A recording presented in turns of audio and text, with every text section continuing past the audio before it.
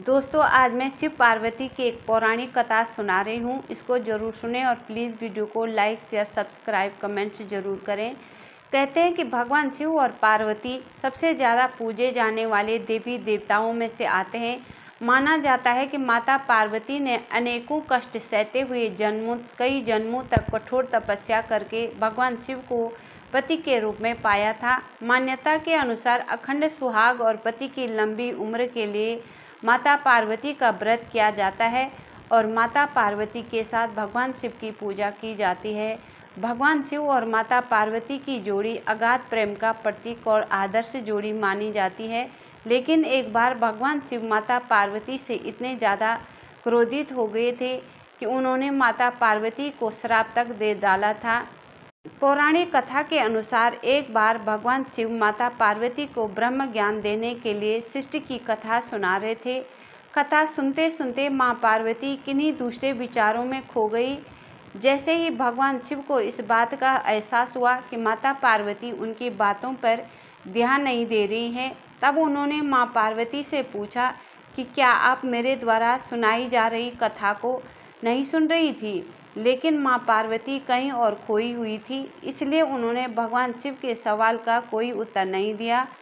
कुछ समय बाद जब मां पार्वती का अपने विचारों से ध्यान भंग हुआ तो वे अपनी दुनिया में वापस लौटी। तब भगवान शिव ने क्रोधित होते हुए मां पार्वती से कहा कि आपने ब्रह्म ज्ञान का अनादर किया है। जब किसी से शिक्षा या ज्ञान लिया जाता है तब ध्यान भंग नहीं होना चाहिए, और अगर ऐसा होता है तो वो दंडनीय है। इसके बाद भगवान शिव ने दंड स्वरूप मां पार्वती को श्राप दिया कि अब आपका जन्म किसी मछुआरे परिवार में होगा। मां पार्वती को अपनी गलती का एहसास हुआ, पर तब तक काफ़ी देर हो चुकी थी और भगवान शिव उनको श्राप दे चुके थे। अब दुख में डूबी हुई मां पार्वती मछुआरे के एक गांव में पहुंची। इस गांव के मुखिया की कोई संतान नहीं थी।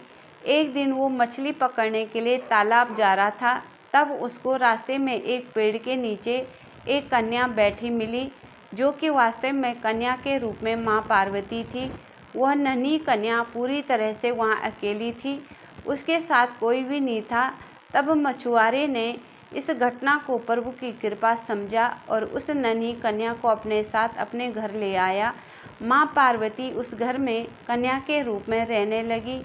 इस तरह मां पार्वती को अपना एक जन्म भगवान शिव के श्राप के कारण मछुआरे के घर में काटना पड़ा।